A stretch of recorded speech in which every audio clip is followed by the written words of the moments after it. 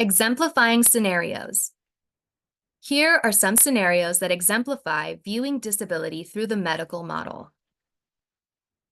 A wheelchair user is excited to meet their date at a trendy new restaurant located inside of an older historic building.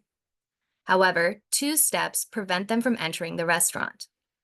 The wheelchair user's inability to walk up the steps prevented them from entering the restaurant. Likewise, families with infants in strollers and delivery people using wheeled carts cannot enter the building due to their inability to get up the steps. As a result, the wheelchair user and their date spent over an hour trying to get reservations at another restaurant, looking online and calling places to make sure they were wheelchair accessible, and figuring out transportation for each of them. Since it was a busy Friday night, they couldn't arrange an alternative solution and ended up deciding to cancel and try again another time, thereby losing their fun night out on a date.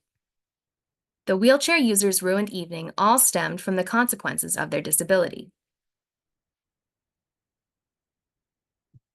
A 20-year-old patient with mild bipolar disorder and high support needs is admitted to the hospital with pneumonia. The patient's mom accompanied them to the hospital. The patient is having difficulty breathing, and the physicians cannot understand their communication. Severe disability is assumed to represent a lower quality of life. Suffering from pneumonia is assumed to add to pre-existing suffering and to add to the heavy burden already placed on the patient's mom and other caregivers. Since the attending physician does not understand the patient's wishes, and they assume disability reduces one's ability to speak for themselves, they encourage the patient's mother to let nature take its course.